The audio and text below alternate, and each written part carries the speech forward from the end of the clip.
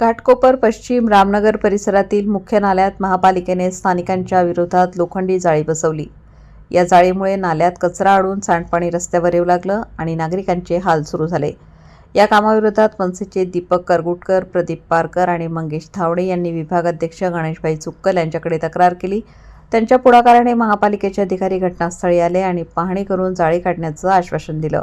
मात्र 2 दिवस उलटल्यानंतरही महापालिकेने कोणतीही कारवाई केली नाही।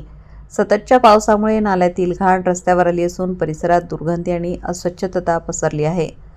महापालिकेच्या हलगर्जीपणाला कंटाळून मनसेचे दीपक करगुटकर आणि स्थानिकांनी स्वतः पुढाकार घेत भर पावसात नाल्याची सफाई केली।